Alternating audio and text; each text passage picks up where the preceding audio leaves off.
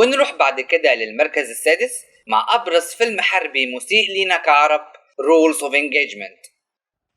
فيلم من عالم تاني عنصري بيشوه العرب كلهم بشكل عام، أطفال ونساء وشيوخ، كله مش إرهابيين بس. ده حتى السفيرة الأمريكية في اليمن انتقدت الفيلم في مؤتمر صحفي ووصفته بأنه الأسوأ على الإطلاق وعنصري جدا وبيعمق الكره ما بين العرب والأمريكان. تخيل السفيرة الأمريكية نفسها كرهت الفيلم، ما بالك بينا. والفيلم الفاشل ده عرض في سنة 2000 وعمل ضجة كبيرة أيامها، ومفيش سنة وجت أحداث 11 سبتمبر كملت الناقص.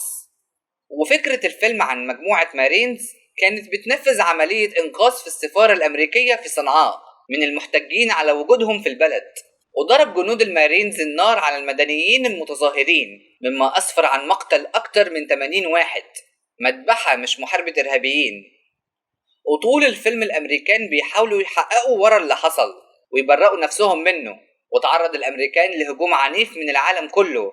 فهيرجع صاحبنا ده لليمن تاني علشان يحقق ويشوف أي دليل يبرئهم، ولقى الشريط العبقري ده مع اللقطات العبقرية دي اللي من اللالا لاند اللي تأكد بأن المتظاهرين دول كانوا ناويين بعملية إرهابية أو حاجة زي كده.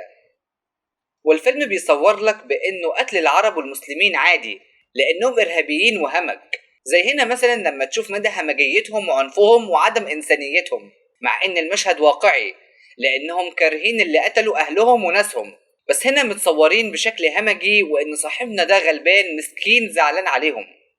وشوف بقى التقدم في اليمن عامل إزاي، لك أن تتخيل دي مستشفى.